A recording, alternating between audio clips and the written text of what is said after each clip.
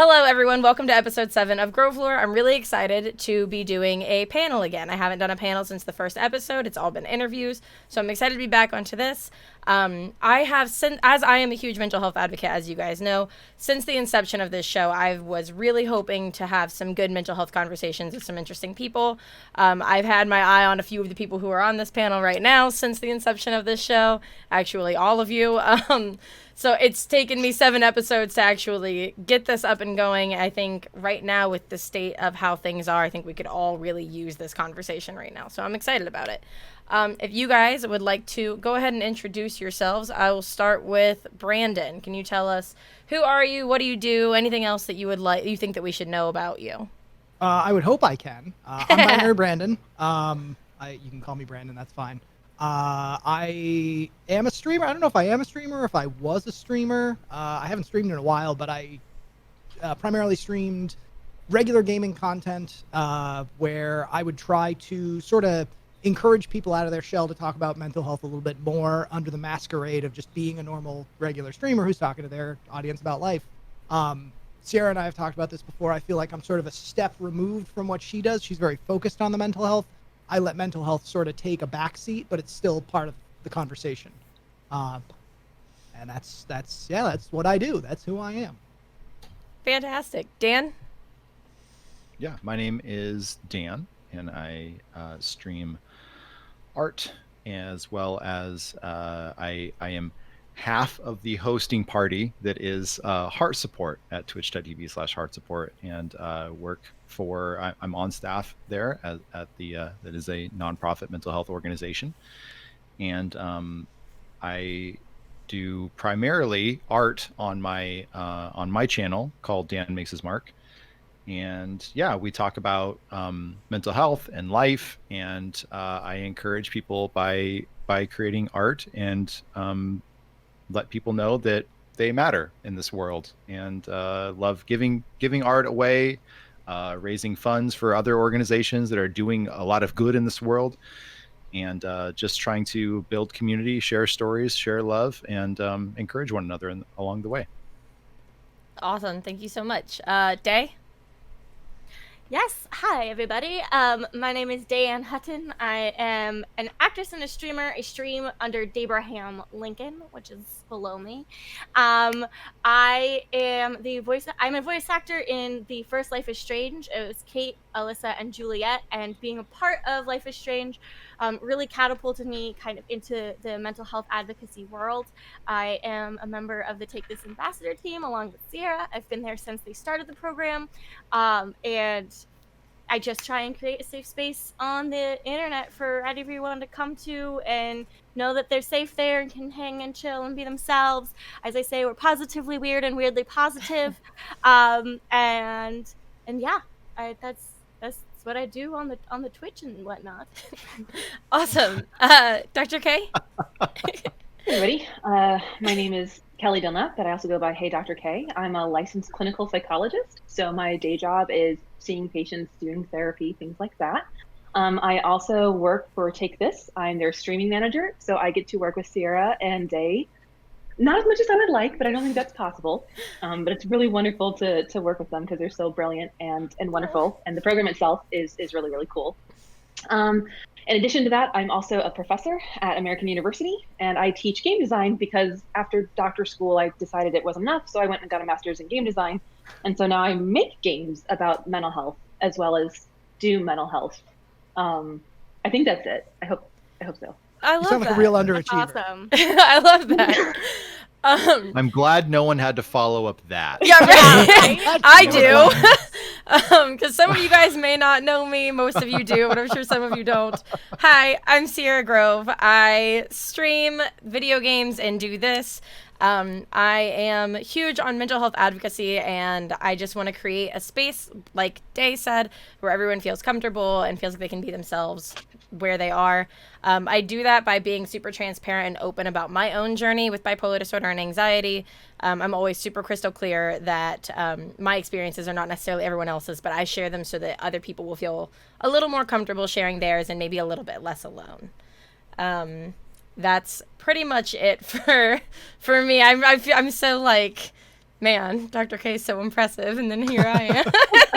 I was just thinking, like, oh crap! Everyone else said how. Yeah, they I'm like, support oh mental man. health, and What I else? didn't. So yes, I very much support mental health in spaces that promote. You are literally You're a psychologist. doctor. I think you talked about how you support You're it. I think you're obviously okay. supportive. Safely I just wanted to be assume clear. that you Yeah. give a crap. It's I mean, okay. I guess the other places where I'm at is I am Take This Ambassador with Day, where I get to work with Dr. K, and I am going to be taking the Heart Support Masterclass starting next Thursday, In a like not week, this following yeah. Thursday, but the one after, I think. Yep. Or maybe it is next week. I don't know. I know Dan's one of the instructors. believe it's next week. Yeah. Is it next week? I have it on my calendar. I don't know. Hopefully someone knows between. I mean, now I and have when it on my is. calendar. Last night I freaked out. I like sat straight up in my bed while I was on the phone and was like, "Oh my god, wait! I think tomorrow is Oh my class." God, I do that all the time. It's the worst. I freaked out because I didn't know what day it was. What is this class you're taking? I don't know. Yeah, actually, Dan, do you want to explain it? Sure. Yeah. So the Heart Support Masterclass is a online training initiative that is going to be taught by our two probably the two most important speakers there. Our founder, Jake Lures, he's the lead singer, frontman of the metal band August Burns Red, and our executive director, Dave King, who is the person who founded the I Matter Fest on the East Coast. And man, we're going to be walking through all kinds of pretty much applicable steps to take whatever it is you do and impact and change culture. And that is like how we are trying to essentially like affect the mental health climate by interacting with people one-on-one and kind of training them on how we do stuff, like how Casey and I impact culture on Twitch, right? And someone else on our team, Taylor, she's incredible. She's been doing this through Instagram. We have our fundraising manager, John. We have like an incredible author on Medium. His name's Ben Sledge. He's a war veteran. And we're kind of like this ragtag team, but we each have like a specialty, and it's like training people in whatever they're passionate about to go and give people who don't necessarily have a voice or a presence, or they don't feel like their voice matters, or they don't feel like they're important, to say like, hey, I'm going to meet you here, and I'm going to share life with you in this way. And really that's what we can all do is, you know, we don't have to be a doctor like Dr. K to tell people that we care about them and love them. Right. But we can say like, hey, I have a friend who is really good at listening and they happen to be a counselor. Go check them out. 'Cause that's what they do. Like, hey, I paint. That's me. Right. You know? And so it's, I'm really excited. Like Sierra shared, we're all teaching a little bit, but the two primary speakers are going to be Jake Lures and Dave King. I'm super excited about it. And it's a year-long class, by the way. So yeah, I'm really excited to like get started with that. I had kind of an itinerary written out, and I was gonna say I might jump ahead a little bit because something was said that reminded me, but we'll get there. It's fine. I wanted to first ask everybody, as kind of an extension of the introduction, what made you really passionate about mental wellness, and like what inspired you to want to pursue having these conversations and advocating for people? And also, like, why do you feel it's so important that we do talk about it and be vocal about it? Well, and where do you want to start with that? Should we go reverse, start with Dr. K? I mean, if anybody's got, I would say I see some people kind of thinking on it. So if anyone's wanting to jump in, feel free to do that. Dr. K.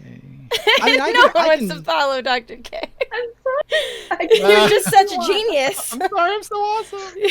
I'm sorry that I'm the best. Easily offer, you know, my journey with mental health has been pretty straightforward. I was a depressed kid, and I grew up to be a depressed man.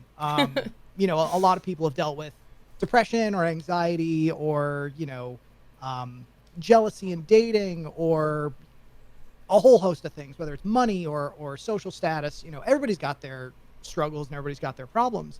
And I thought back to when I was a kid, when I was really young, and I didn't really feel like I had a lot of I didn't feel like I had, Dan was sort of talking about having like this network, these people that oh, this person is really good at listening, and they also happen to like this thing that you're into. I never really had that, and so I try to be the person that when I was 15 years old and didn't realize how depressed I was, I try to be the person that kid wishes he had known. And I know that there have been a few people in my community who have, come to me privately and sort of said like, hey man, like I'm going through, like my parents are getting a divorce, or, oh, I just got diagnosed with this, illness, and, I'm really stressed out about it. And, try to give people a place where they feel safe to talk about it. And it all comes from having dealt with a lot of those feelings myself, and knowing how hard it is to try to find somewhere that you can talk about it and that you can really self-examine and dissect some of these things to figure out like, well, why do I feel this way, and how do I stop it, or should I stop it, and just figure out what the next steps are. Awesome. Yeah, and I think I will say that for me, that's really similar to what my journey has been as a person who I was misdiagnosed all my life, and then it took a really long time for me to get an actual appropriate diagnosis of bipolar disorder. And so I think I, much like you, just kind of want to be there for people who don't feel like they have somebody, because I didn't. Right.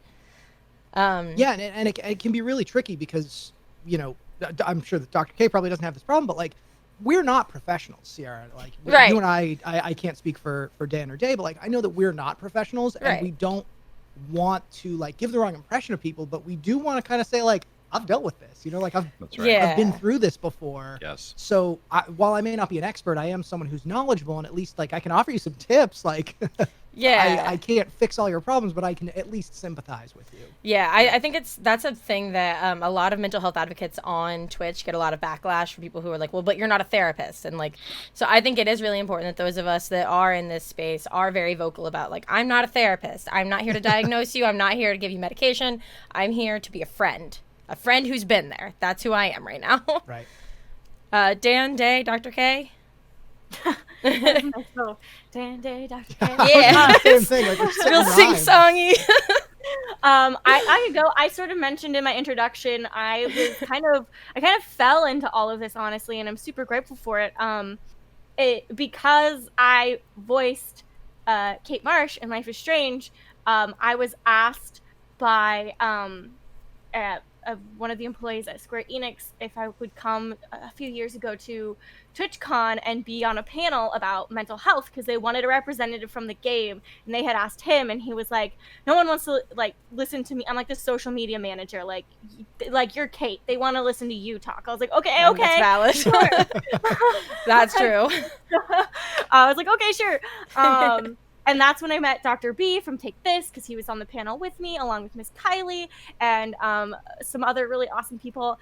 And that's when I started getting involved, and kept in contact with Dr. B and jumped on board with the Take This ambassadors when they started that program. Mm-hmm. I was already streaming at the time, and so I just I made it even more transparent, like you said. Like, I'm like, hey guys, I have anxiety. Like, I'm not perfect. Like, we all have, something going on, and like, it's cool, and I'm open about it. I have, Nightbot is always going and telling people about Take This and how to get help and all this other stuff.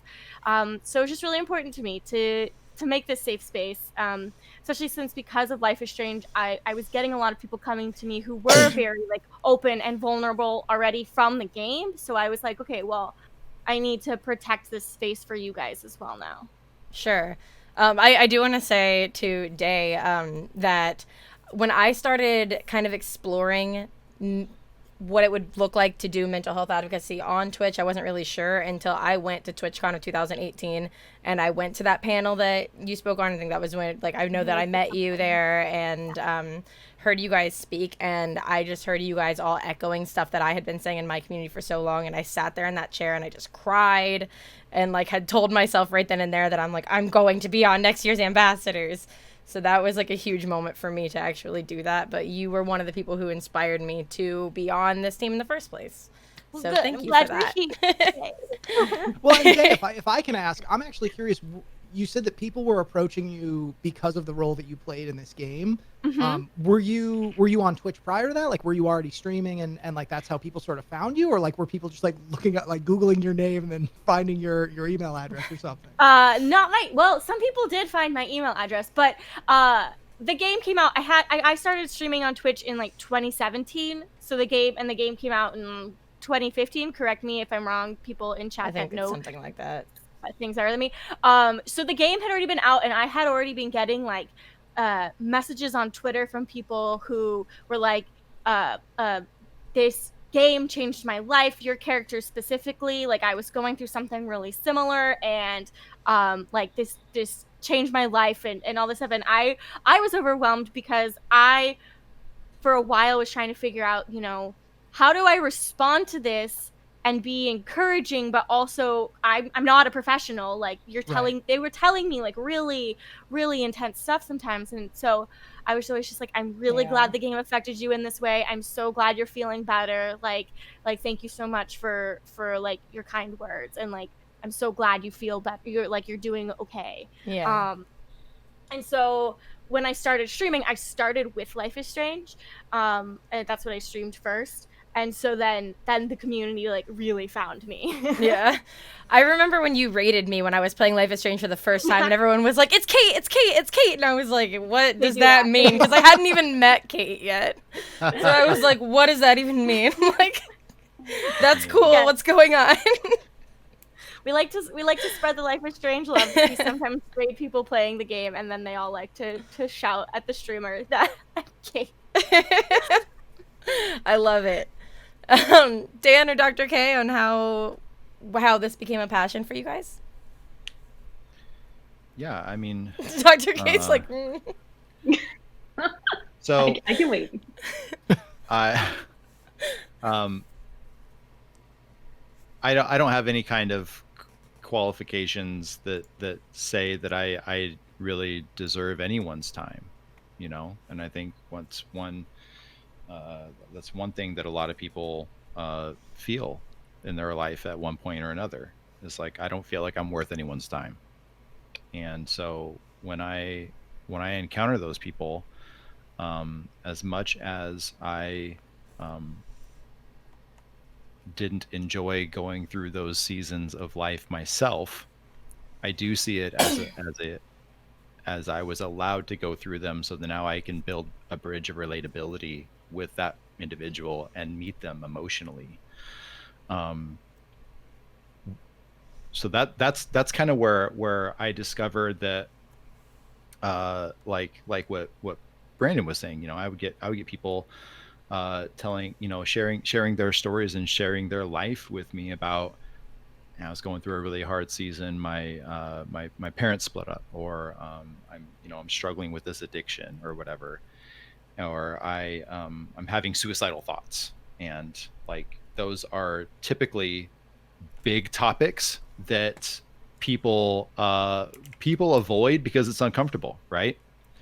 And that always broke my heart, because when I was a kid, I really wanted to talk to somebody about that when I was going through those things, and I didn't have any peers to speak to that with, because they were just like, whatever, I don't care. I'm 10. I'm doing my own thing, and by the way, I'm 8. You know, yeah, exactly. Yeah. So my mom actually got me into counseling when I was very young, which I am like so grateful for, and such a huge advocate for, because like I went through that experience, right? And so like, oh wait, I have emotions, you use them like this, what is this? Yeah, what the hell, you know? And so when I would have these conversations with people, it wasn't something that I avoided anymore. It wasn't something that I ran away from. It was something I ran to. Yeah, you're charging head first into it. And so now I have to constantly like hold myself back, because I just want to be like, I love you all. You know, and just like bear hug the human race and tell them that they're loved and they matter. And I see a lot of those hardships that I went through as gifts, and I can use them as tools now. And like, man, I'm, as weird as it is, it's like I'm so glad I have that, even though it was painful, even though it was hard, like that's part of my story now. And I can say like, yeah, I know what that feels like, and be authentic. And even with those conversations where people are sharing things with me that maybe I haven't personally gone through. Well, a lot of people, again, will bail out of the conversation because they'll be like, man, I got nothing. I've never tried to commit suicide. Okay. Right. Well, okay. First off, great. And thank you for sharing. That's awesome. Thank you for sharing that part of your life with us. Okay. You know what? I've never done that either, but I have felt worthless. I felt like I didn't fit in. I've been pissed off at the world. I felt like I deserved a lot of the crappy things that happened to me. Okay. Again, let's throw the experience excuse out the window and meet people at an emotional level. And like, that's what I just want to push in all huge. this, because again, like because Twitch is the way it is, and people are always just like, what gives you the right to speak into my life? Because you're not a doctor, you're not a therapist, you're not a counselor, you're not a mental health whatever, you know. Dude, I got a picture of Optimus Prime on my wall. I don't have any degrees, okay? Right. But I can listen to you. I can tell you that I care about you. I'll be your friend, you know, like, let's do that, you know?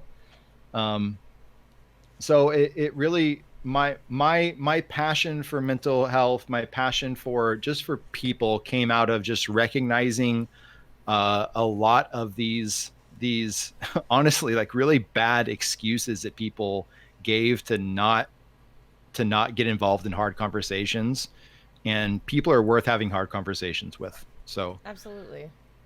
that's what I'm Well, about. I think, really, oh, sorry, go I ahead. sympathize with a lot of what you're saying, Dan. Like that idea of, you know, yeah, I've dealt with these hardships, and you know, to a certain extent, I'm thankful for it because it helped me to, you know, recognize, like you said, like, oh, I have these emotions. Like, now what do I do with them? Mm-hmm. And I think that so many people are so afraid to be genuine. You know, like the most common joke that I see on Twitch is people like being mean to their friends. So they're like, haha, you suck. Just kidding. It's like, cool, dude. Great joke. Right. Like, Yeah. But now not I funny. feel worse. Like, even though I know you're joking, like, wouldn't it be so much cooler to be like, hey, man, like, good try. Like Yeah. that support, I think, goes so far. Sure. I think because people don't have that same awareness, they don't have that same, like, recognition of that emotion, they too often shy away from, like, being genuine and saying, like, hey, man, like, you did a great job. Like, I really like what you're doing. Because it is uncomfortable. It's scary to be vulnerable. It's scary to open yourself up to Yeah. someone, especially on Twitch where like everybody's a stranger. So Mhm. yeah, I very much agree with a lot of what you're saying, Dan. Yeah, definitely. And Dan, I really like that your journey kind of starts when you're really, really young, and that you had that support from your family. Because I think a lot of us struggling with mental health stuff didn't necessarily have as supportive family that Yeah. was ready to put us into therapy and things like that when we were younger. Sure. Like Sure. I know that my mom just told me I was being dramatic or I was hormonal or whatever for like a very large part of my youth. And Yeah. I think Just that a that's phase. I think that's like a common song that parents of at least our like kind of millennial generation, I think those parents, a lot of them sort of did brush these things off. So I'm always like really glad when I hear that someone is taking like their kids' mental health seriously. Yeah. And I mean, for the record, like I talk to a counselor still, you know. Oh, same. And so Same. Same. I see therapists am every Wednesday. always saying, like, it's not necessarily when you're going, you know, you don't have to be going through like this traumatic, dramatic thing to just talk with somebody who has the tools to like help you navigate those feelings. Like, Oh, that's yeah. okay, Yeah, too, I so. spent like a year talking to my counselor about how messy my roommate was. Like, Yes. Yeah. Yes. Like I have been like, I'm in a pretty good spot right now, but I still talk to my counselor every week, and sometimes it's just as simple as like, my room's a mess and I don't know how to like focus myself to get it done. Like, I mean, it can just be anything. Like, it's just nice to have someone there for those things. Like, It's just, someone you don't feel yeah. guilty. Like for me, everyone around me had like heard about my roommate 1,000 times. So like I didn't feel guilty still telling her because I was like, you're here to listen to Right. what's upsetting me. Yes. So it like takes away that guilt of like, oh man, but they're tired of hearing about this and they're just gonna be Yes. mad at me. It's like no. It's just like this free space Right. to talk about it. It's literally what they're Yeah. here for. Yeah, and it can be really hard to. I know, for a lot of people, it can be really difficult to even like know where to start of like when you start seeing a therapist. I dated a girl for a while who like I could sort of identify like. I don't mean this in like a derogatory way, but like you need help. Like you have problems that you need to identify, and like you need Yeah. to do some of this work. And Yeah. you know, I tried to. Push What a her, I'm like, loving thing to communicate to someone. Yes. You know? well, People will if take only that she'd sometimes. taken it that way. Yeah, so a lot of Yeah, times people are defensive to that, but and you know, understandably from a good so, because place. like nobody wants to be told like, hey, you've got problems. You know, like everybody, Yeah. as much as we don't think that we're perfect, like nobody Sure. really wants to look that in the face and like grapple with it. Exactly. And so it was really frustrating to like look at it and be like, oh, I know what you're going through, and I don't know how to fix it, but I know the path you should be trying to walk. And you know, you really can't address any of those problems unless you're willing to self-examine. And like I know that like meditation has become really big recently, and people have done a lot more of that self-examination and being willing to be reflective, but it's still just not as widespread as I would like to see it be. So yeah, it's tricky to find that right balance of, you know, how can I be comfortable talking to this stranger, but also once you are comfortable, it's like, it's great. for sure. Kelli, I guess now's actually a great time to move on to you as we're talking about counselors and therapists. I could sit here and listen to you guys. So The rest I of the feel time. bad that It's you've been almost like awfully that's quiet. your job. Right? It's almost like I'm a really good listener. Yeah, I just don't want you to feel neglected or feel like you haven't gotten a chance to speak. No, I mean, one thing that really gets me is just hearing the stories that you guys have gone through. Like, you know, someone not being allowed to have access to a mental health provider is like, you know, Sierra, when you talked about your mom was saying, I'm like, oh, I'm like cringing. Yeah. And, you know, Dan, your story is beautiful and amazing. And, you know, we were joking at the top about the degrees and all that kind of crap like that. But like, you guys will reach more people and help more people in a year than I probably will in my whole career. And so I just really want to give you guys props for doing that work, because it's not easy. And I have the skills and I have the tools and I've got the training. I know how to handle stuff like this, and it's still hard for me. So people like you who voluntarily step up to the plate going, you know, I'm not a trained professional, but guess what? I have this lived experience, and I don't know what you're going through, because you can never know what's going on with someone else. But I remember what it was like when I felt hopeless. I remember what it was like when I was thinking about harming myself. I remember what it like to feel so alone, no matter how many people were around you. Mm-hmm. And the normalizing you guys do is just like it. I feel like when I go on shows like this, I always hear, well, I'm just A, and you guys you take out the just, because you guys do so much amazing good work, and like just normalizing this, destigmatizing it, again, more than I could ever do in the job that I currently am in. So just snaps to you guys first and foremost. That means so much, honestly. Thank you. Yeah, I'm sitting here thinking like, am I gonna cry? Yeah, I know. I'm like, I might cry today. I mean, I've got some. I already cried today. I'm already warmed up. Let's go. The engine's running. I mean, I do have a cry quota during the week. I didn't make any of my clients today cry, so you guys We'll keep working. We'll get She's there. gonna get all four of us right now. Well, I'm really curious to hear your like, how did you come into the space? Like, what made you decide that you wanted to be a psychiatrist? Psychiatrist or psychologist? Psychologist. Yes, I do not do meds. That's the big anyway. So I'd like to say it was some kind of altruistic calling, but it wasn't. I went to undergrad to study Russian language and culture. Oh, had so in a my normal mind, progression into mental yeah, health. yeah, I had in my mind I was going to be Sydney Bristow from Alias and be like a Russian spy, like on the border. I really thought that was going to be my life because obviously I could pass as Russian. Um, and then about halfway through, they're like, "Oh, BT Dubs, you'd have to do 5 years, and your scholarship stuff won't cover that." I'm like, "Well, peace out. I'm not Okay. doing that anymore." And I'd had one abnormal psych class as part of my gen ed, and I just got it. Like it inherently made sense to me, and I loved that class.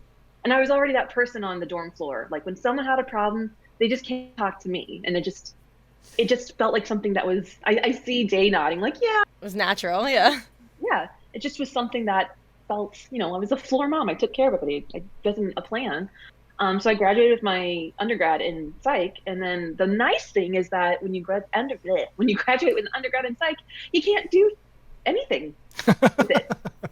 You really, really can't. So surprise. The nice thing is you're stuck. Yeah. You're stuck. Yeah. You're stuck. And honestly, one of the reasons I decided to go to grad school is because I did a dissertation or an undergrad dissertation, a capstone, and all I wanted was my university to buy me video games. And so by running a research project, they bought me Halo 3, some kind of Penguin game, and Lost Planet.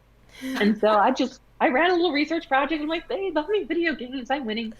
And I brought that with me into doctor school. And my idea was like, oh, I'll just do assessment. Like, I don't think I'm really interested in therapy. Like, that sounds really hard. I'll just do assessment. I'll just test people, show them ink blots, ask them what they think it looks like. Like, that sounds like a lot of fun. And then during doctor school, my sister started cutting. She got in trouble with the law. She started cutting. I'm totally gonna bawl. And I remember my mom calling me. She's like, Kelli, what do I do? And I'm like, I'm a baby doctor. I don't know. I'm in my first semester. And so that really kind of changed how I wanted to go through things. And then halfway through grad school, like so many people, developed a pretty significant anxiety disorder. Sure. In grad school. Yeah, shocking. Shocking. And so that kind of compounded it. And then not as happy as at the end of doctor school, nobody wanted to hire me because nobody cared about video games unless I was talking about violence. And so my dissertation was on mental health in games, and it basically found, and this is like back in the days of research. We've come so far. This was like 2014. And I was like, hey, guess what? It's fine. Like, it really is fine. There's some caveats, but like, seriously, this isn't a terrible thing. And so nobody would hire me. So right. I got a master's in game design because they would give me a fellowship. And so I studied and I learned how to make games as well as study them psychologically speaking. And then I kind of fell out of that because in the game industry didn't want to hire me because they don't want a psychologist.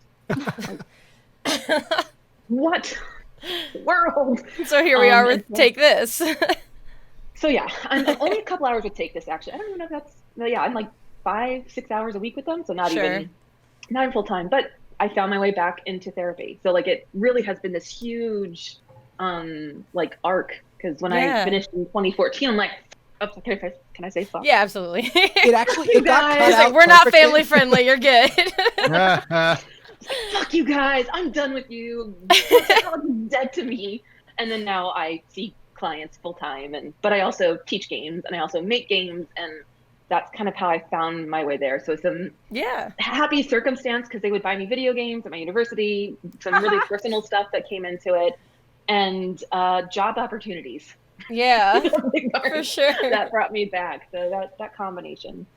Well, I'm glad that you are where you are now. I am too. There were some things that you said. Yeah, honestly, what a journey. There was some stuff that you said while you were discussing us as content creators in this space and what we do that kind of piggybacks into another thing that I wanted to talk about, which is, I think all of us, our goal is there's such a huge stigma around mental health, and all we want to do is destigmatize it for as much of a group as we can. In our little corner, we want to drop that stigma and help show everyone that it's okay. And I've always said 100 times, like, we're expected to do all these things to maintain our flesh vessel, like go get physicals and go to the dentist and get checkups and get your vision checked. But there's no like expectation around caring for the soul that vessel carries. And I think we would all agree that needs to change. What do you guys feel are some of the biggest obstacles in normalizing the conversation around mental health? I mean, If you guys aren't sure, then huh? Like, I can speak to the clinical side. Yeah, Least. please. I have a tiny baby streaming. I wouldn't even call it a community. I would call it like a spattering of people. So it's not coming from that necessarily. Sure. But in general, what I hear from people I work with, the ambassadors or related to take this, is lack of access. Like, people could even want a therapist, but I mean, I know how much I charge, and I know that health insurance is garbage. So that's a huge component. And I think that if it was easier, if people could get in the door and go like, oh, wait, this isn't as scary or icky or weird. I'm not laying on a couch, like kind of demystify Guy doesn't have a beard. Steepling his fingers. Tell me about your father. Yeah. I do sometimes ask people about their past and about their childhood. That's fine, but it's not in a German accent. No German accent. Russian, maybe. Tell me about your past. I'm very interested. So that's part of it, is that's part of what perpetuates the stigma, is because therapy itself is like, ooh, mysterious, what's going to go on. And then just the idea that it's someone else's problem. I think I dropped it in the chat earlier. The lifetime statistics is 1 in 2. You have a 50% chance of having a mental illness in your lifetime. Whether or not it's diagnosed is a different story, but like, it's a flip of a coin whether you are going to have a mental illness yourself. So I guarantee you there are people around you who are also struggling. And as Dr. B always likes to say, if you think you don't have any friends, if you think you have friends, but none of them have a mental health issue, guess what? They do. They're just not talking to you about it. Right. And so I've said the same.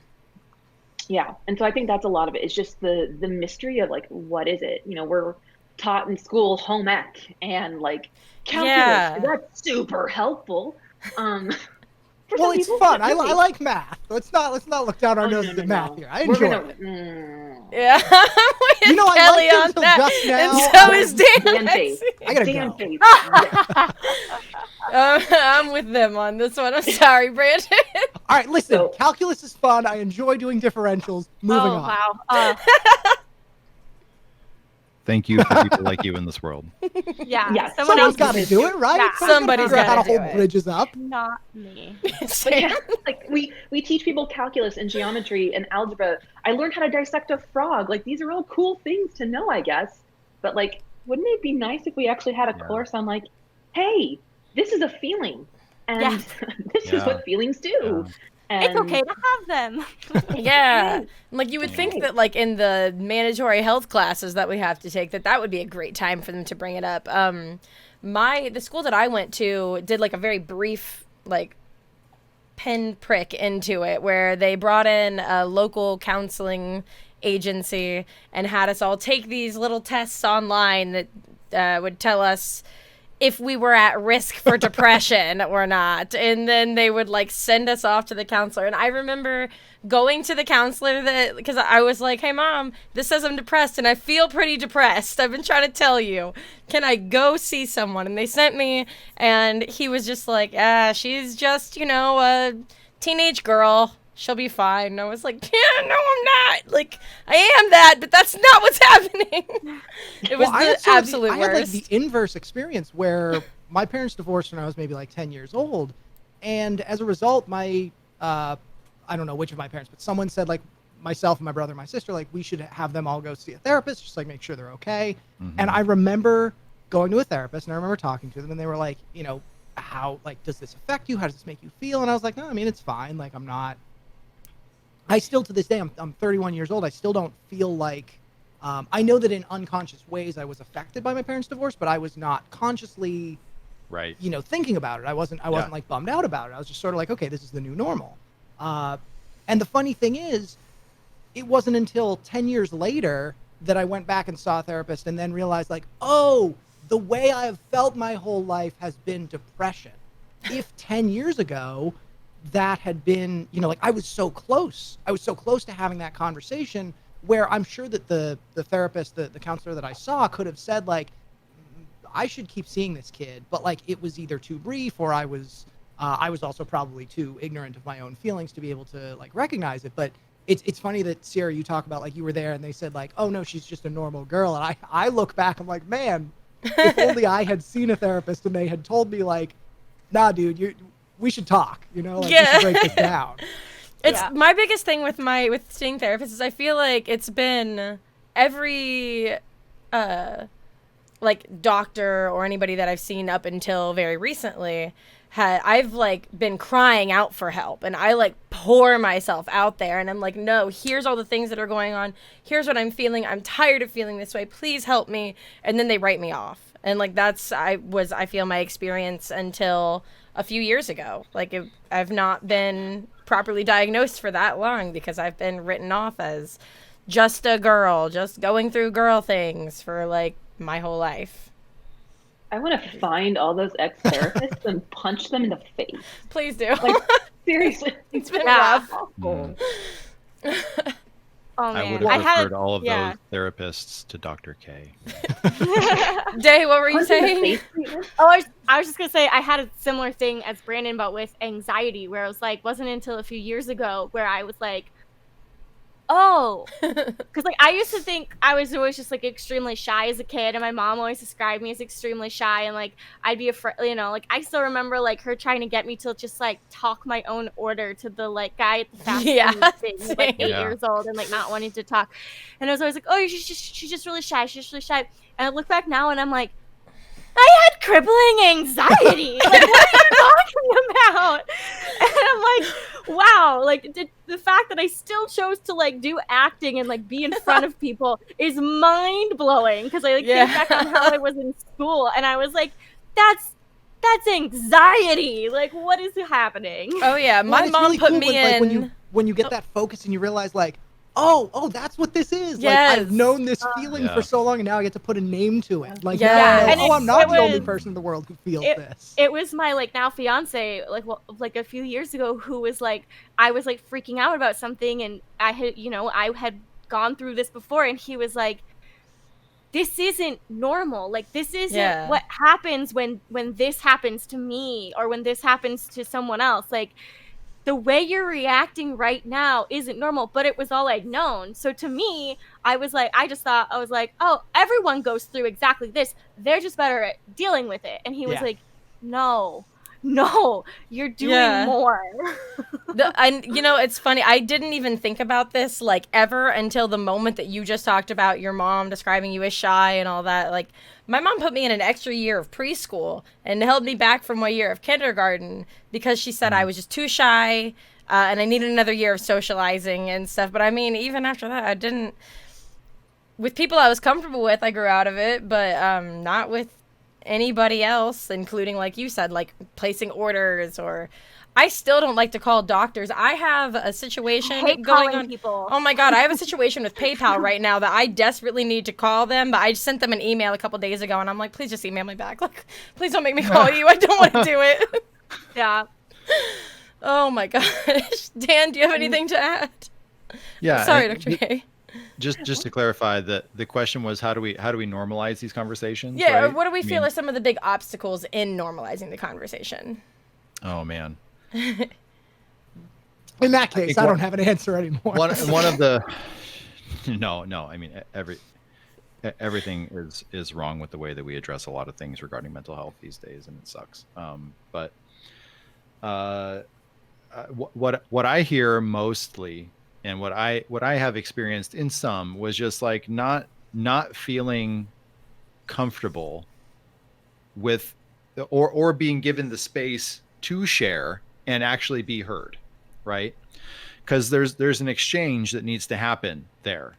Mm-hmm. I hear Sierra saying like, man, I was throwing out all the signals. I was pitching softballs to these guys, and like no one received that and like truly saw my heart there, you know? And just that, I mean, that breaks my heart, because that's such a unfortunately common thing that is heard. And what I think is really important is giving someone the safe space to actually be heard and actually be cared for. Okay. One of the reasons why I fell in love with Heart Support as an organization is that because there are a lot of awesome mental health organizations out there. Okay. And I see a lot of raising of awareness about mental health, but I see a disproportion in, once you have the awareness, what action are you taking there? Sure. Okay. So that would be about as effective as me going around and telling everyone in my town that there's a fire in my home. Okay. Hey, everyone, there's a fire in my home, because I'm expecting them to do something about it. I'm going and telling everyone, hey, I have this problem, right? Oh, but you have to talk to the fire department. Go talk to the fire department. Go talk to the fire department. And like, that's... Have you just tried harder to put the fire out? I mean, Blow or on did it you try more. just Try putting it hard out enough. yourself? Yeah. Here's some things that you can do to put the fire out yourself, even though it's... How big is the dangerous. fire? Like, put a lid on it. Like, it's okay. Oh It's my not gosh. really on fire. It's just really hot. But, everybody deals with hot temperatures. I can't. Everyone deals with hot.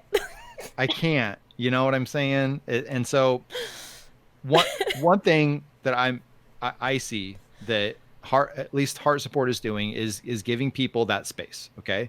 Yeah. If you go right now and you open up a browser and you go to forum.heartsupport.com, okay, that's an anonymous forum. You can pick whatever crazy ass name you want and literally just spill your guts there about whatever is affecting your life and whatever is affecting you, because we see you as important. That instantly makes what you brought to the table important. Okay. So let's meet you there. And then we can say, okay, now that we've given you the opportunity to share your story, here's some tools. Here's some resources. We have a book. We have a workbook on depression. We have mental health certified doctors on our board of directors. Okay. They oversee all of our programs. Here's a workbook on self-harm. Okay. And we have these specific tools that we can give to people with these specific problems, because it's horribly ineffective to generalize anything when we ourselves are individuals. Mm-hmm.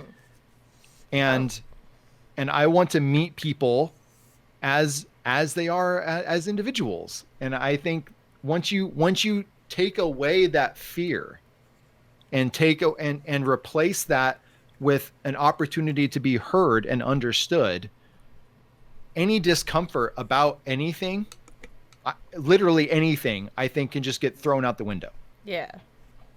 I actually, I just want to Go ask ahead. Dan Go a ahead. question real fast, because it's something that I've thought about a lot and kind of wondered, but never really asked about. Since Dan, you are with Heart Support, I always I think the forum's great, but one thing that's made me apprehensive, and I feel like I've heard a couple other people also say in the past, is because it's anonymous and that's great, but do you feel like it stays like a pretty safe space overall? Because I mean, Twitch is a place where we can be anonymous and pick any crazy name, and then you got people who come in and say the most outlandish, rude things when you're in the middle of spilling your heart out or having a very serious conversation, and someone comes in and just is nasty. Do you feel like in Heart Support on the forums it's generally pretty clean? Yes. That's fantastic. I'm like, I don't know how they do Agreed. that. That's wonderful. Because generally, me just using the mental health tag can sometimes make me a target of trolling and nastiness. Sure. And I would be lying if I said that we didn't see some of that, because we do, but we have, filtration in place. Sure. And there's there are measures that are put up on that forum to ensure a person's safety. We have, mods there, just like we have mods in our Twitch streams and in our Discord and all that kind of stuff. But it really is community focused. It's not just one person's responsibility to oversee all this stuff, and because that's not realistic. And sure. because we interact and do so much work with content creators, with other broadcasters and streamers, it's like they kind of feel like they're responsible for their community in an inappropriate way, because people go to the streamers and they say like, oh my gosh, I'm losing my mind because I'm struggling with crippling anxiety, right? I might have a big heart, I might love people, but man, I cannot help you with that. Sure. You know? But because I'm the face that people see on the stream, they might think that like, gosh, I have to help them, because they might go on Twitter or something and say like, well, I went to that person's stream and I asked for help and I didn't get it, and now they're a piece of crap. And then they're going to be afraid of getting canceled. And like, that's like the worst. Cancel culture is so hard. Another, you know, I feel like I'm just trying to, I'm like being a commercial here, but like we have a mental health workbook for broadcasters too. Yeah. And like, dude, it was written by my best friend, and I know it's legit because he's legit.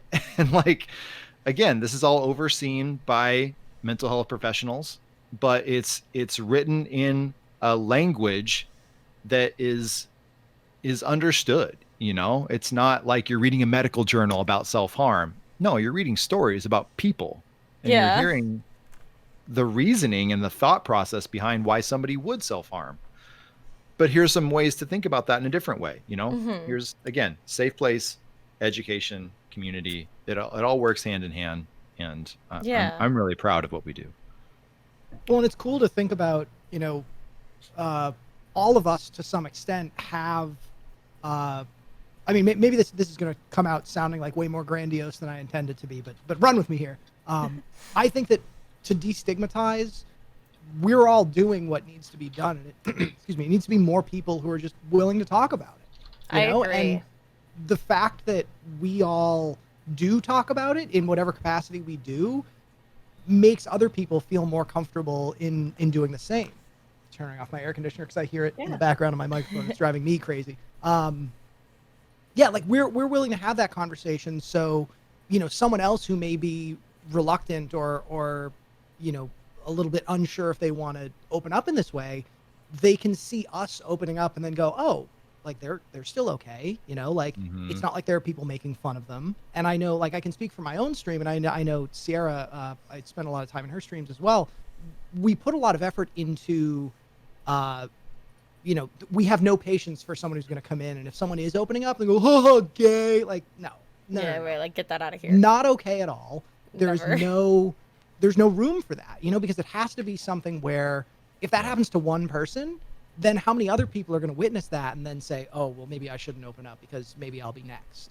So, you know, as far as destigmatization is concerned, I think that even though, again, I can only speak for myself here, I have a very small community, but I know that in that small community, I can think of 2 people at least that I've reached who have become more open, who have talked about this stuff. People who previously used to say like, no, you know what, I'm not comfortable talking about my feelings, who now I talk to on a regular basis about their feelings. Yeah. And I think that's great. You know, like I met someone through your community who is now very communicative with me about one of our shared experiences and mental health things. It's great. And yeah, it's something where like, that's one person, you know, but that doesn't mean that that's the only person. And I can go through the rest of my life, and I have always said this about my stream, like if I know that I reached one person and I helped one person, mission accomplished. I'm happy. I have done what I wanted to do. Anything beyond that is going to be a great bonus. Yeah. And I think that's a really good point that you bring up in terms of, you know, almost the intensity of the contact needed. So on one hand, you know, you can have an individual, and in terms of stigma, like for some people, just even acknowledging that it's a thing is a struggle, you know, and that, oh no, I'm just really distracted. Like, honey, maybe you want to check that. Yeah. And so just even acknowledging in yourself, you know, really feeling empowered that your mental health is no one else's business. Like there's so many times I'll get messages like, hey, you know, I'm feeling uncomfortable. I'm anxious at work. Do I have to tell my boss what's going on? I'm like, no. Yeah. You do not have to tell them. Yeah, I'm always big on people with like, check your body, listen to yourself, know yourself. Yeah. And know your rights. Like, and know what you're comfortable with, and try to find out what your limits are. Because there's one thing of like, hey, I'm feeling down. I'm going to come into a stream. I'm going to talk about my feelings. Like that's can be cathartic. It can be uplifting. It can help connect you with community. And so much of the mental pain that people go through is from feeling of disconnection. And then like that, it's like, okay, that doesn't seem too scary. Or, we can talk about our feelings. So that's like that first step of destigmatization. Yeah. But then it feels like this huge jump of, oh, well, maybe you should see someone. I hate that phrase. I hate that phrase so much. I'm not a boogeyman, guys. You should see someone. But the idea that you might need a higher level of care, which is the lingo, the parlance that we use, a higher level of care. And that's okay too. And I think we are getting there. People are more open with what they're feeling, especially dudes. Congratulations. You're allowed to have feelings other than anger now. I'm so happy for you. It's getting better, but there is, at least for me, again, because I am kind of the odd person out in terms of community, because I don't even have a small one. I just kind of like, again, 1 or 2 people. But the idea that like you can graduate, forums might be enough. Connecting with other human beings is, it's part of what we do in therapy anyway. Yeah. But there does seem to be some kind of psychological block between, oh, well, I don't want to pay somebody to listen to my problems. What was I called? Yep. An emotional whore. I think I was called an emotional whore once because they're paying me to deal with their emotions. And I'm like, you know what? If that's what you need to process this in the moment, that's fine. I can be your emotional whore. You pay me to not give me all your emotions.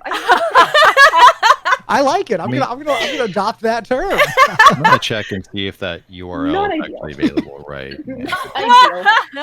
Oh my gosh. But there's like even just in the concept. So there's the stigma around mental health and acknowledging that it's a thing, and that doesn't mean you are these stereotypes. And then there's another barrier when it comes to treatment because of stigma, because of access. And so I think what the streaming community is doing right now is really addressing that first one and acting as a bridge to the second. Because what I'm hearing from everybody here is, come in, you're welcome, let's get connected, let me support you. And if you do need that higher level of care, here are resources, here are links. This is how you get in touch with your local mental health provider. This is what sliding scale means. This is how to talk to your insurance about mental health coverage. This is how you can advocate for, mental health legislation.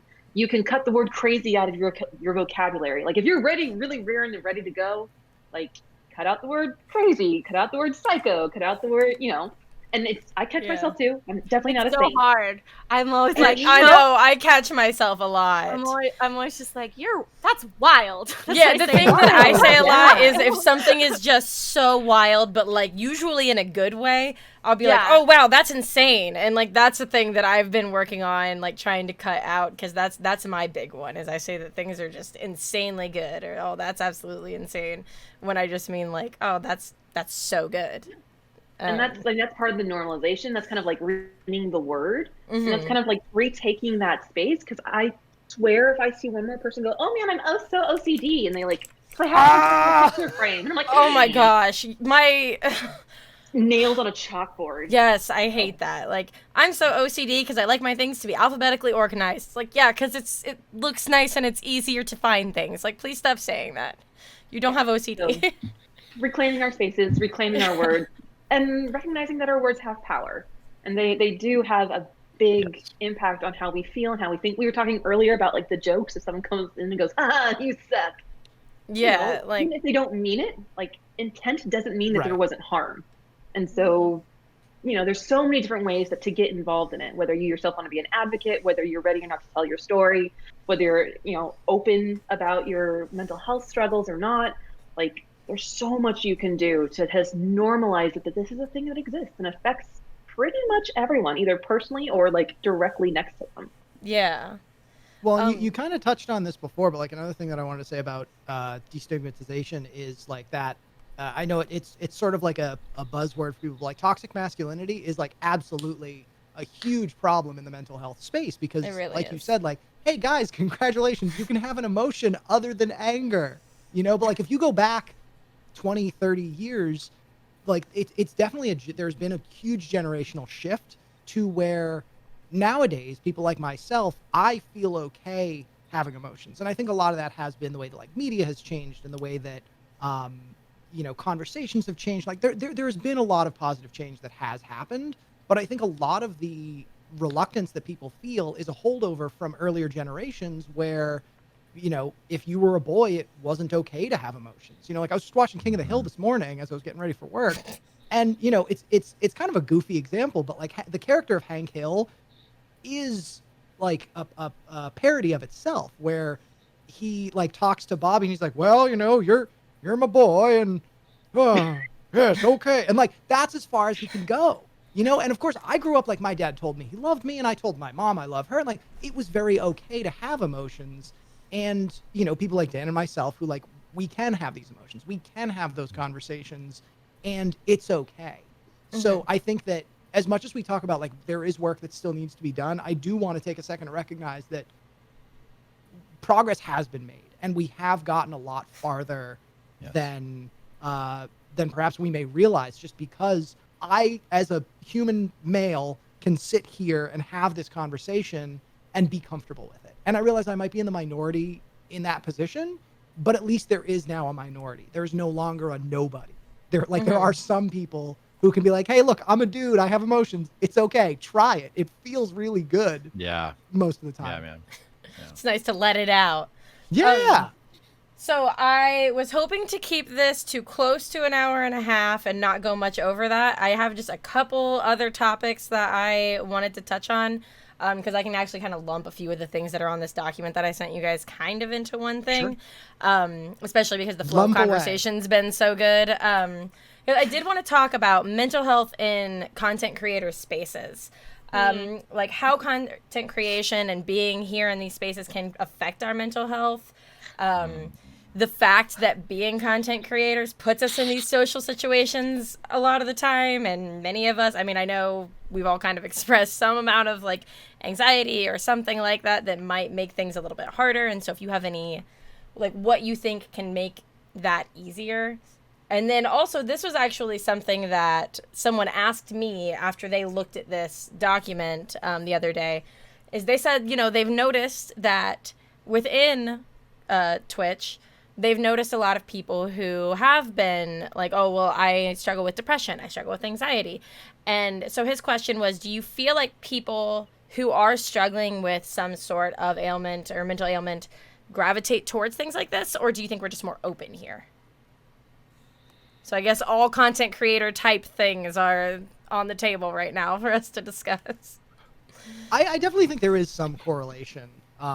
I don't know which is the chicken and which is the egg, but there definitely is something about, getting up in front of an audience and putting on a show, whether that is, being in a band or making YouTube videos or doing live Twitch content. But like that automatically requires a certain level of openness, So I think that there is some connection there. I don't know that it's, but I don't necessarily know how deep it goes, I guess would be the short answer. I mean, my anxiety... sorry, go ahead, Day. Oh, no, I was just going to say, I would think it would relate to the fact that, like, being on Twitch, we are, whether we realize it at first or not, we are leaders of a community, and we are community leaders, and, like, if you're a person that is caring and like you care about your community and you want to be involved with them, it seems like kind of a natural progression, like because your community is going to be kind of expressing their problems to you and you feel more comfortable, and it kind of just opens the doors for that. But I do think that because content creation, like to the first point of the question, can be hard on your mental health. It is very good that people have started, and like I think it might have started with the YouTubers starting to be open about like their mental health, and then kind of segued into streamers as well, because it is a lot. Like I had to move my whole streaming setup because I couldn't stop working, because I like was working in my home and like had no door to shut, no anything to turn off, and it was just like I would stop streaming and I would keep going forever because it was there. I should be working. Because I'm in my office. I should be working. And I had to like totally move spaces and make my own boundaries. And like, I think, being open with your community about that. I mean, that was just a natural thing of like, oh yeah, guys, I had to move my space. I was like going and just nonstop working. And and that just leads to more confessions of like how we're feeling. Yeah. I know I was drawn to content creation because of my anxiety. I was in a place that was not familiar to me. I had just moved. I didn't know how to meet people, going out places to meet people. That's absolutely not, I'm not going to do that. Hey, please, no thank you. Just not having that. So, the idea of streaming and making friends this way felt like I could be more authentically myself because I have the protection of a screen. I can't see the faces you're making when I say something that I think is funny but that you think is dumb. Like, I can just do what I want to do. And, like, I don't know. So, I mean, for me, I know so many people, like, content creation has been hard on people's mental health because of the constant working and things like that. But for me, it's been hugely helpful. It's gotten me out of my shell and done amazing things for me and connected me with incredible people like all of you that are around me right now. Personally.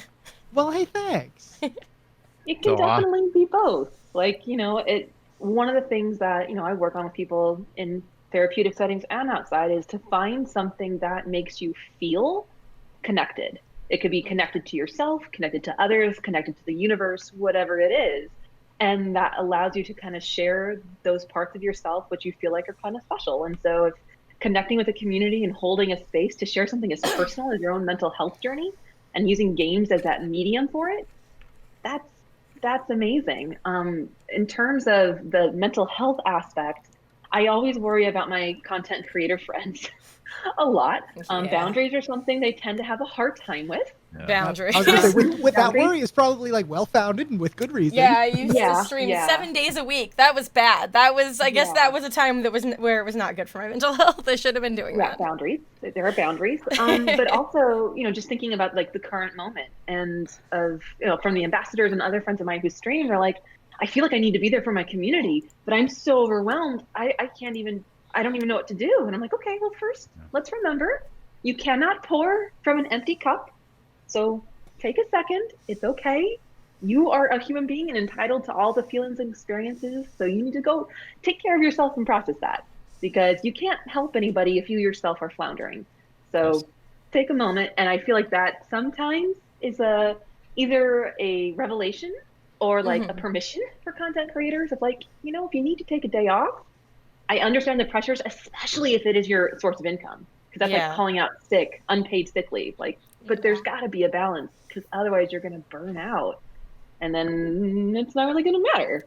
So I always worry about my content creator friends' mental health. Well, there was a couple of friends of mine approached me a couple years ago, a year ago. They wanted to make a documentary series about content creators and about burnout and about like the grind, quote unquote, to like become relevant and become popular. And they wound up coming to they came to Brooklyn and they stayed with me for about a week. And like we did, dozens of hours of interviews and talking, and like we went and shot B-roll footage, and the whole, what they were focusing on was, like you said, that burnout, that desire of like, again, I can speak for myself. I always wanted to be live. I thought to myself, like, if I'm not live, I can't improve. I can't grow. I can't increase my following. I can't grow my audience. And of course, this was back, the feelings I'm describing were back from like 2017, 2016, where like I was trying to be a full-time Dota streamer. I was trying to break into the competitive space. I was trying to be a commentator. So like these were all things where it felt very attainable and it felt very close, and yet it still felt so far away. So the idea of needing to take a step back from that, like that's the first advice that any content creator will give you, like, hey, take a day off. And it would always frustrate me so much, because the people that you see saying that are people who are already relevant, who are already established and already have 100,000 Twitter followers. Yeah. And then here I am with like 400. And then just says take a day off, and you're like, man, like I take a day off, and then the next time I stream, I have not even half as many viewers. I might be lucky to get one viewer. Because people see that like you break from your schedule, and then all of a sudden it's like, well, I guess I'm going to go watch someone else. And they find someone else to watch. And the conversation that needs to, or maybe not the conversation, but like the recognition that needs to happen there is like, that's okay. Like that's not the end all be all. It's okay to take a step back, and for you to not be the next ninja or not be the next, you know, I can't even think of other like big content creator names that like don't Dr. immediately Disrespect spring to or mind. Yeah. Just because like I'm not Tim in the those Tap spaces, Man. you know. So it's okay to be whoever you are and to continue with whatever sort of following you have, and that's, you know, that's your journey, and that's what you're going to that's the reality that you're going to live. Yeah, for sure. I think as a content creator, you know, you really need to pose that question before you even start, which is why am I doing this? You know, the motivation and heart going into why I spent hours and hours and hours setting up my overlays and my panels and my commands and getting the lighting on that green screen to look just right, you know, and to put all that work into it, you know, what is that for? Why are you doing that? Because if it's just to like fill this void that you don't that you recognize in yourself, but for some reason like you are incapable, or you see yourself as incapable of filling it because you don't feel like you deserve to fill it or something like that, like that goes way before the question of like, does this affect my mental health? You know, because obviously it's going to at that because point. it is. Yeah. It obviously is, for better or you for know? worse. Like, I mean, it's definitely going to affect it. Yeah. I mean, so just yesterday, I was feeling overwhelmed, and I was feeling just not good about being online, and I was very like, I do not have. I'm like, what, you know, what Binary Brandon was saying, like, man, I am thrilled when anyone shows up. You know, like this is awesome. Like this is great. And like, yeah, we have our up days, we have our down days, but like, as much as we want to believe that, like, man, that's not really what it's about. Like that, you can't deny that is a factor of this whole thing, you know? And the numbers are great, but like, man, that number does not define you as an individual. It says nothing about your worth. It says nothing about your deservedness as the inherent things I believe all people are deserving of, right? And so you if you want to stream for whatever reason that is, you still need to sleep, you still need to eat, you still need to take care of yourself, you still need to go, you know, you can go take a dump, you can go get some McDonald's, you can go, like, you still need to do all these things that people need to do because you're a person and you deserve it.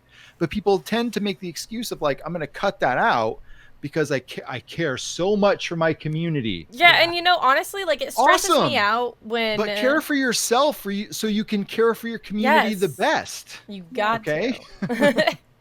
It stresses me out when people talk about things like, oh, well, I don't take breaks during my stream to get it, like, because I think, like, you should take a few breaks to get up and walk, to go to the bathroom, to refill your water. And people who are like, well, I can't do that because I got to stay live the whole time that I'm on. Or people who make the argument about, like, well, I can't eat on stream. I'm like, well, why? Like, you're a person. Have you ever sat at a dinner table with another person and had them see you put food in your mouth? I sure have. I'm going to eat on stream. I'm streaming for...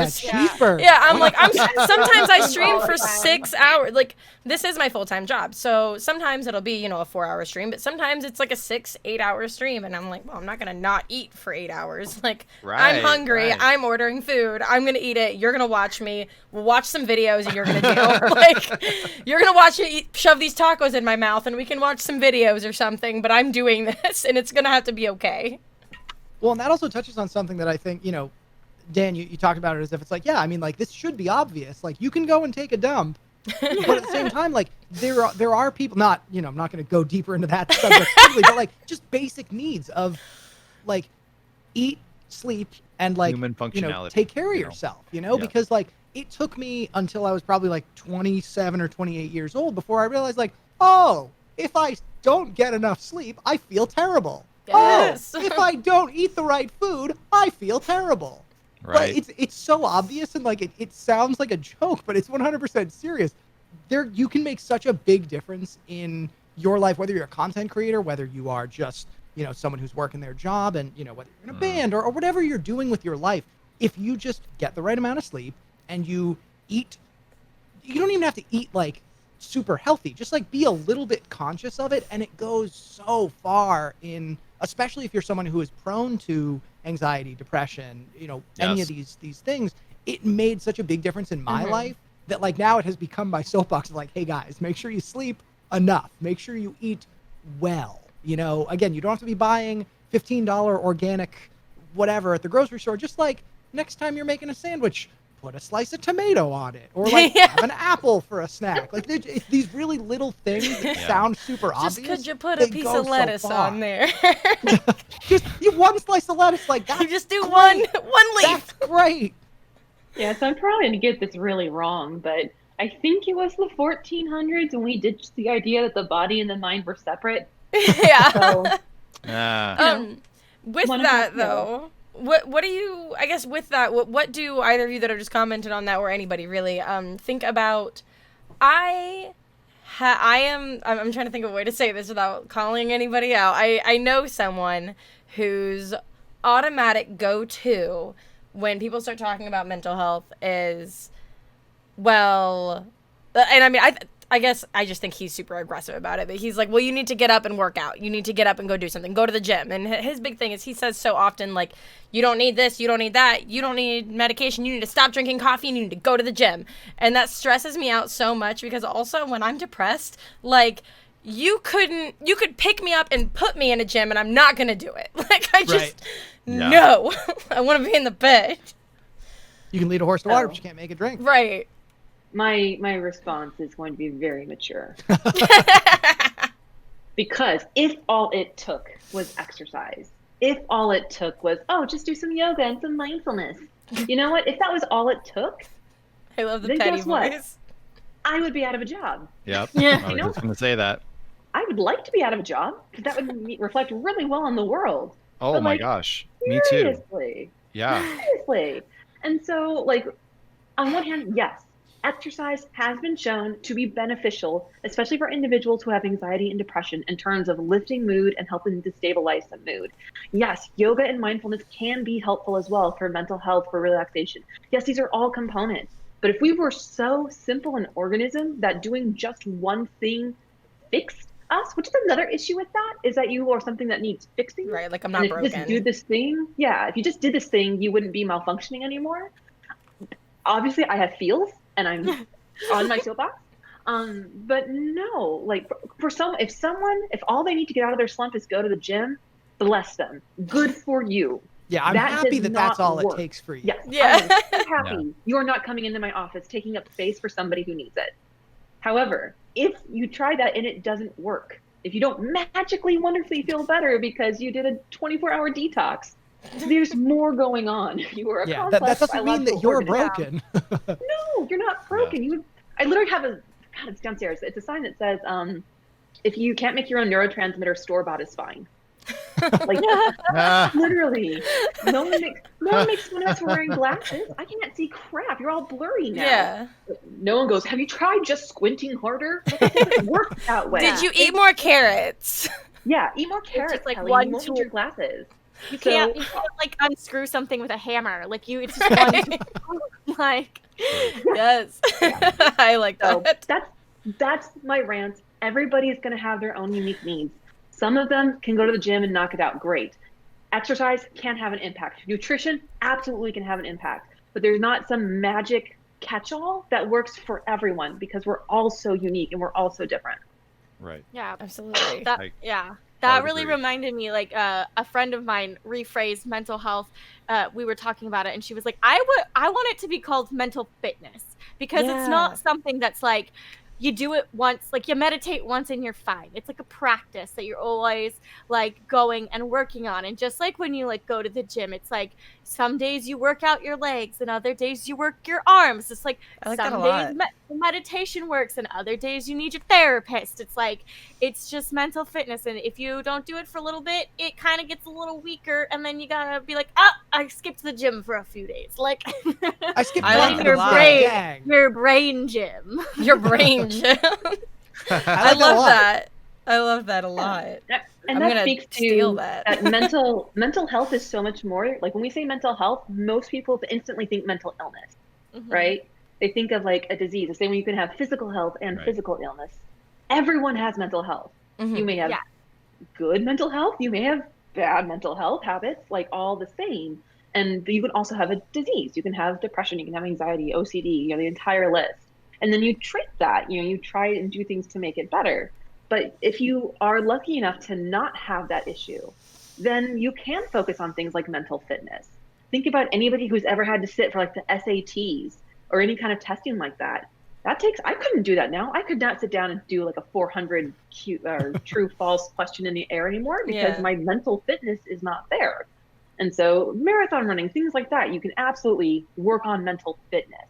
So that idea that it's an entire spectrum, it's not just you have a mental illness or you don't, or you're healthy or you're not. It's a huge spectrum of human experience. Yeah, and I like that. And like to kind of connect the two things that you and Day had said also, like you said, you can have mental health you can have physical health and physical Illness. physical illness, yeah. And like to go with the mental fitness, like when you do physical fitness and when you talk about your physical health, you're not always talking about do you have pneumonia? Like it can also be like an I'm out of shape. My physical health could be better. I'm kind of out of shape. I can't ride my bike as far as I used to. I need to get on that. And like that's the same with the mental fitness and mental health. Like it doesn't mean that you're sick. It just means that maybe you need some help.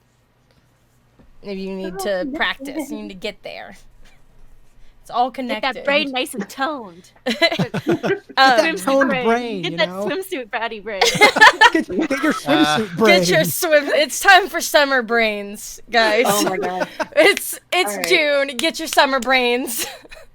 Photoshop needs to happen for a swimsuit brain. I know, right? I feel it. Brain wearing a bikini and Wow, your I need central it. sulcus I need is it. looking really good today. You've been working out. Your brain's looking great. Lobes of steel. Yeah. Lobes of yo, girl, steel. that medulla oblongata looks tight. Oh my gosh. No. She got them cerebellum genes. I can't. This is so good. Right. The one last You're thing that I fine. wanted to make sure that we touched on before I kind of do closings with everybody is the unavoidable. 2020 has put us through the ringer. I don't think I need to list all of the things that have gone on in the country I don't think we or have the enough world. time. I don't think I have time for it. 2020 has put us through the ringer, and a lot of people, myself included, have been feeling really overwhelmed by all of it. Feelings of helplessness. There's been I think we are all, even people who have never had prior issues with their mental health, I think everybody's really feeling it right now. What advice does anybody potentially have for just not falling into too toxic of a headspace or getting too overwhelmed, or I guess trying to feel as okay as we can in all of this? I mean, I have my a list. go ahead. No. I have a list. You go first. Okay. The advice that I always try to give people, and I know that other people here can probably agree, where people will always come to you and ask like, oh, it's like, what's the thing I do? How do I fix this? Or, oh, I'm having a bad day. Like, what do I do? Like Dr. K kind of said, like, it's not just like there's this one magic thing, but I feel like everybody probably does have something that can be a comfort to them. And for me, it's always been music.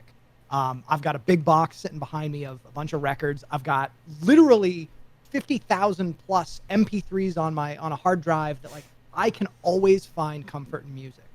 And whether it's in feeling sad and listening to a sad song to sort of like bring that towel and get all the Catharsis, sadness out of it, or if it's I'm feeling down and I want to listen to something that's happy to pick me back up, there's always going to be some thing that I know I can affect my mood through music. And I think that music is just such a powerful thing. And I think that there are a lot of people who don't recognize that and who don't use it to its fullest extent. They'll either just listen to what's on the radio or what their friends recommend them or something. Like, go out and find the music that makes you tick. Find the music that makes you feel feelings, and remember that. Remember, oh, you know what? I can listen to And So I Watch You From Afar when I'm feeling anxious, and I'm going to stop feeling anxious. Or, oh, you know what? If I'm feeling kind of down, I can go listen to Martha, and it's going to remind me of that night that me and my buddy Pedro went and saw them open for Jeff Rosenstock, and it was one of the best nights of my life. You know, like, it can instantly take you somewhere, and if you can find that music and you can catalog it in your brain, it can be such a powerful tool. Absolutely. Anyone else? I mean, I'll say that I found myself, like, kind of going back to the mental health of a content creator. I found myself using what I've learned in that space, helping community members and friends who aren't used to working from home. Like with the pandemic, I found being like, hey, you know what's like really great is, you know, like, just like give yourself a schedule that you're definitely going to stop working at this time, and like give yourself a specific space. And I was using all that information to all my friends that were stuck at home doing work, who were kind of just did not know what to do and felt like they weren't going about it a very healthy way.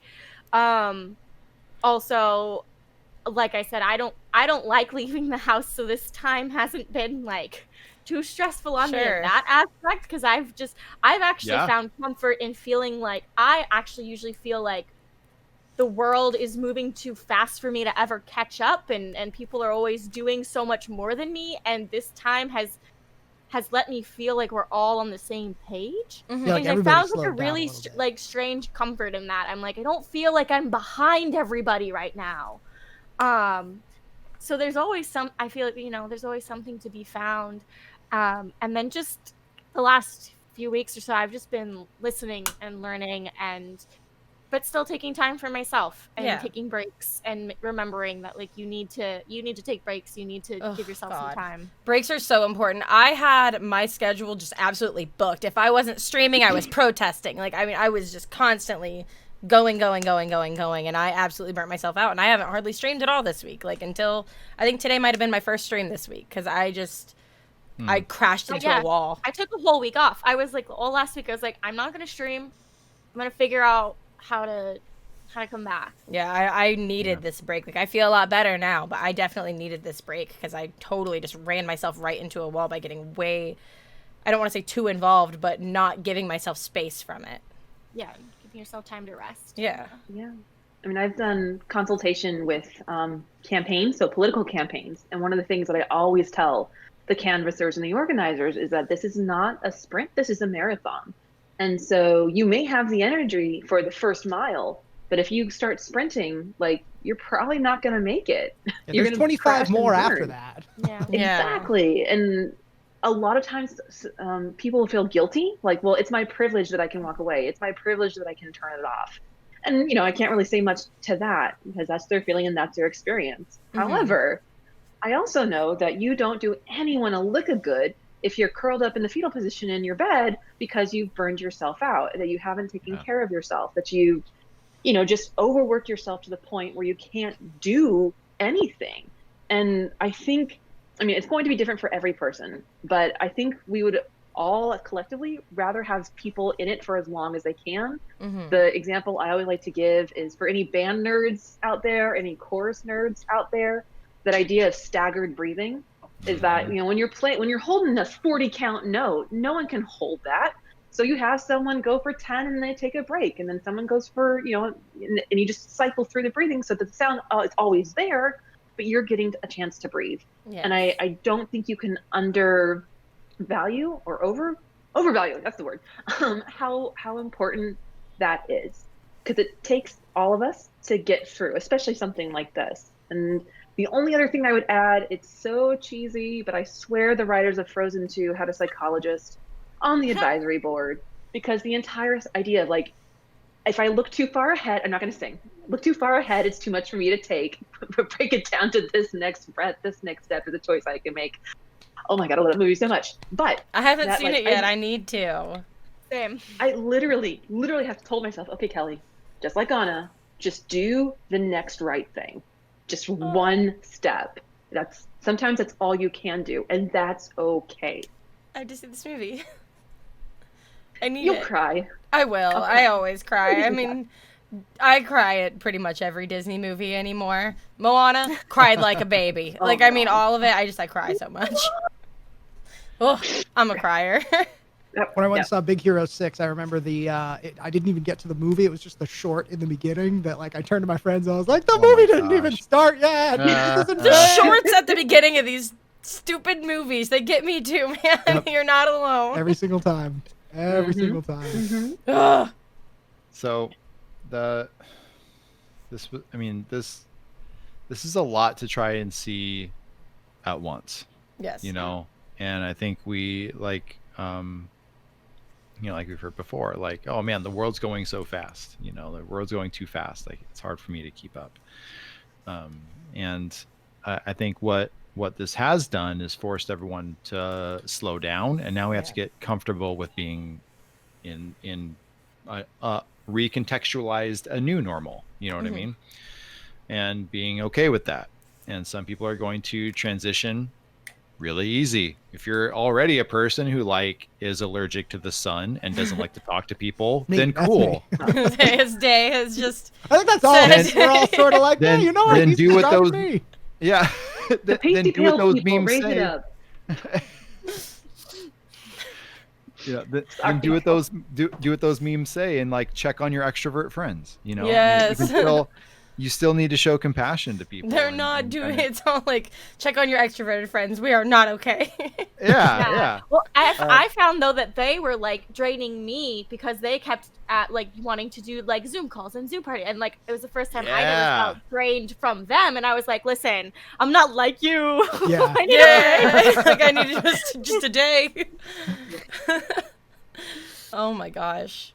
But I think That's- the name of the game is boundaries. I think Yeah. the name of the game is really just being Boundaries. comfortable with what you can do and giving yourself the grace to not do it right the first time, because it's like you're not, just like anything else that's new, and this is new for all of us, Yeah. this whole idea of not being able to go and do life with your circles or whatever is like Your people. your people, that's crazy. I my wife and I have a 3-year-old baby girl, and it has been a emotional ride to explain to my daughter, like, why can't we hug grandma anymore? Well, Yeah, I heard you oof. say that. that's on your tough, stream. Oof. and that rips me up to think about it that way. But it also kind of forces creativity. And as a creative person, like, I'm really excited to see about all the crazy nutso things people are going to do to figure out how to still love people just in a different way. Mm-hmm. And I think we're going to see a lot more people doing content creation. We're going to see a lot more people doing streaming. I mean, we already have. I mean, the I was numbers going to say that, are that's out there. definitely already happening. So for people like us who have this open door policy to allow conversations no matter what in, right? We need to be prepared for this influx. And so we need to have good boundaries. And we need to rely on good advice from people who have the tools and the qualifications to give that advice, like Dr. K, and listen to them. Yeah, absolutely. So I just want to encourage. I mean, I'm telling this to myself too, because I was telling everyone earlier, like, I had a hard day yesterday, and like I had to cut out after like an hour, and I was just like, I'm done. I'm done. Yeah. And to be okay with taking breaks, to be okay to invest in time and things that fuel you, that like encourage you. And I'm going to shout out my best friend, Casey Screams Back.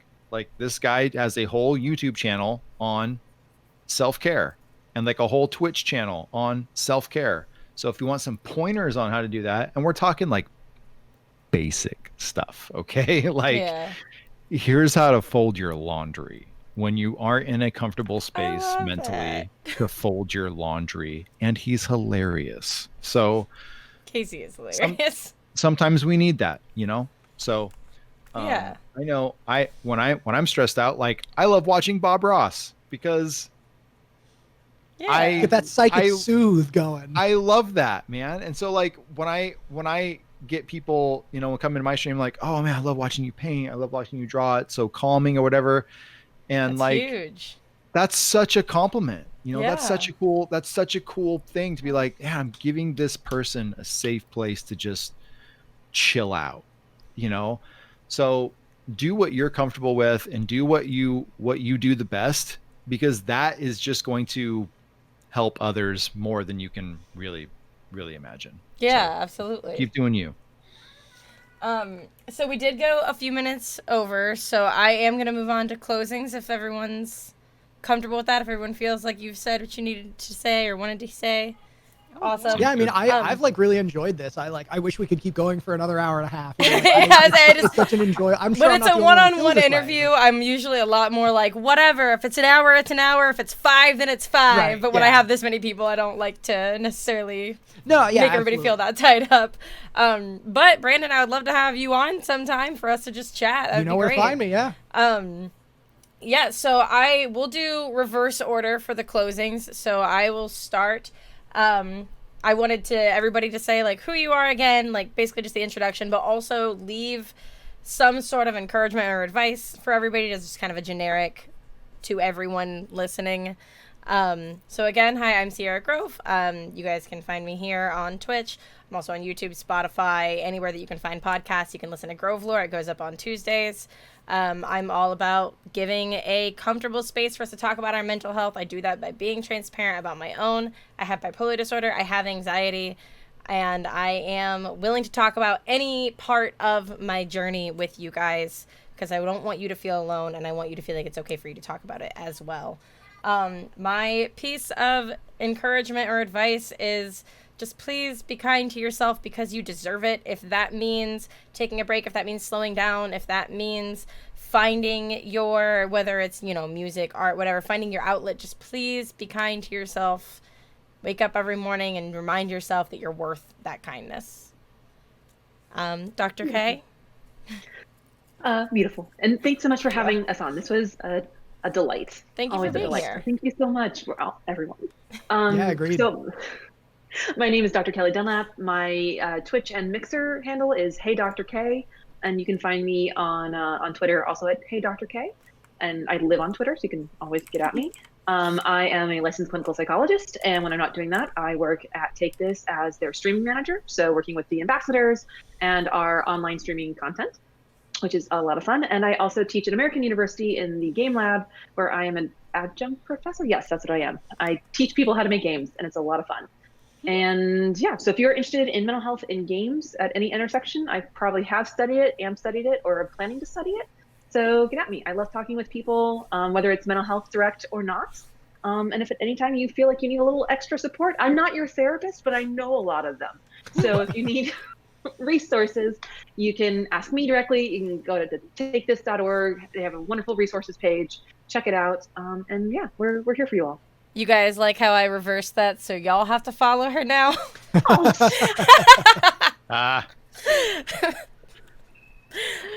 Day? Yes. Okay. Hello again, guys. Dayeanne Hutton here. I'm Dayebraham Lincoln on Twitch and Instagram. Dayeanne Hutton on YouTube and Twitter. I also have a podcast called Gaming and Gabbing. It's gabbing about gaming. It's very explanatory. It's a lot more opinion than fact, but we're always right about it. Other than that, yeah, I think it took me a while to recognize my own journey with mental health. Like I was one of the a person who was resistant to it.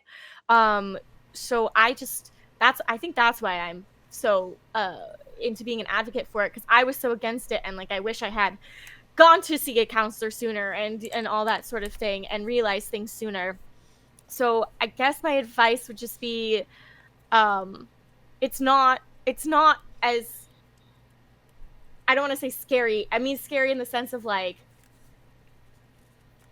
because it can be scary going into it. Oh, I'm all bumbly now. Like it's not like there's not like monsters waiting for you on the other side kind of way. Like it's Very normal friendly.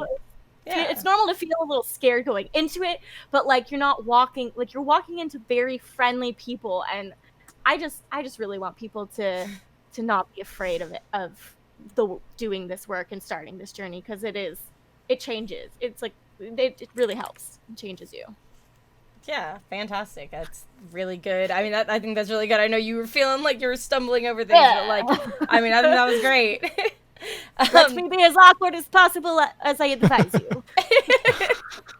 Hey, it's comfortable. We're all awkward. Like, we all get it. Speak for yourself. I'm wicked normal. Listen. Listen, Brandon. Dan? Hello, my name is Dan at Dan Makes His Mark. I stream on Twitch. You can find me on Instagram and YouTube under the same name.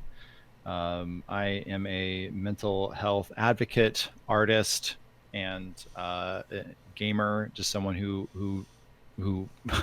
passionately loves people, loves life, and wants to see and encounter more of both of those things each and every day.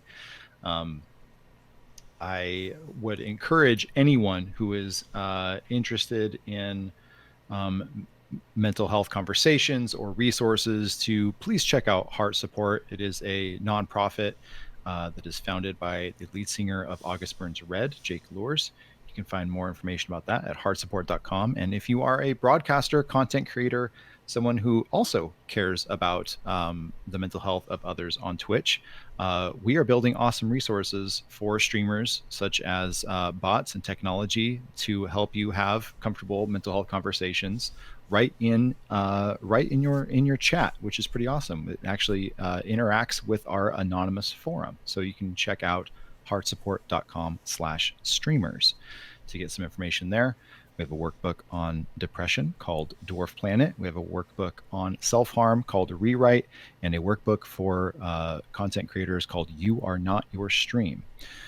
We can also connect you with a free week of counseling through the online counseling organization BetterHelp, betterhelp.com/heartsupport.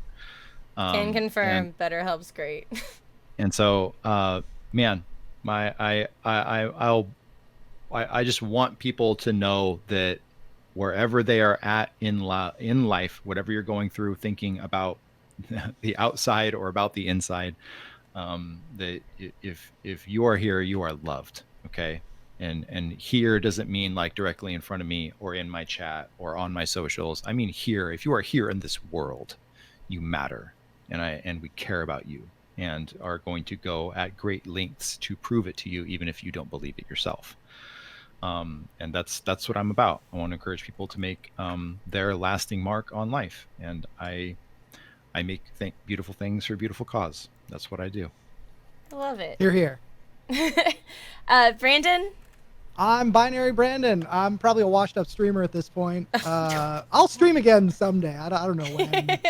But you know, it's ironic that this is sort of the conversation that it has been, is like, it just hasn't been right for me, you know, and I haven't been in the right headspace to do it. So it hasn't happened, and you know, that's okay. So in any event, I guess I'll call myself a streamer. You can find me on Twitch at Binary Brandon. I'm also on Twitter under the same handle. What else do I do with my life? I guess that's really it. I also work. Like, I do a bunch of other stuff, but it's not really relevant to anyone listening to this podcast. I hope to, you know, see some new faces talking about mental health, whether it's on social media or if it's in your own conversations with your friends. I think that would be great, and I think that you know, it's definitely an important cause. The advice that I would want to leave everybody with is an anecdote that my stepmother told me when I graduated college. I had front loaded all my gen ed requirements, so I took all my, you know, like physical phys ed and, you know, language requirements and English. I did all that in my first couple of years. I wound up being on the dean's list my last 4 semesters of college, and they like wound up writing about it in the local newspaper, because like that's a thing that you do when you're in college. And my stepmother called and congratulated me. She was like, "Hey, congratulations! Like, that's so great." I'm like, "It's not really a big deal. Like, it's all my computer science classes. I've known these professors for 4 years. You know, they were going to give me 4.0s anyway." And she paused and she said, "You know what? I may not necessarily have a lot of really profound life advice, but the most important thing I can tell you is always celebrate your victories. No matter how small, no matter how insignificant you might think the thing that you have done is, you accomplished it, and it's a big deal, and you're allowed to be happy about it, and you're allowed to celebrate it. Celebrate. So Yes, that's huge. don't pass that up. Take every opportunity you have to celebrate and to revel in your successes. Day. So I can't help it. I'm going to just interject real here. The therapist in my brain is just not letting me let it go. Do it. So Brandon is talking about celebrating every victory, but he started the sentence saying, I'm a washed up streamer. You're So right. then get to You're awareness. right. Can Good you- catch. Yeah, absolutely. I tried. I couldn't. A Absolutely. little No, bit of and that's- self-deprecation there. it's well, that's a perfect example, is that even us, as we're up here talking about this, we talked earlier where people say, oh, still use the word crazy to describe something. We're not perfect either. Nobody's going to be perfect. And everybody's going to make mistakes. And, as important as it is to recognize the things that you do, it's also important to forgive yourself when you do make those mistakes. Absolutely. Let's go. Absolutely. So yeah, thank you for calling me on it. I appreciate that. In the most gentle, loving No, way. Yeah, of absolutely. course. Yeah, I genuinely mean that. Thank you for pointing that out, because it's something that I hadn't even really thought about. And now I'm thinking about it. I'm like, you know what? I'm not a washed up streamer. You're not. I wanted to thank all of you guys so much for coming on and making time for me this week. Thank you for hosting it. I Thanks for having loved me on. having this conversation you. with you guys. You guys are great.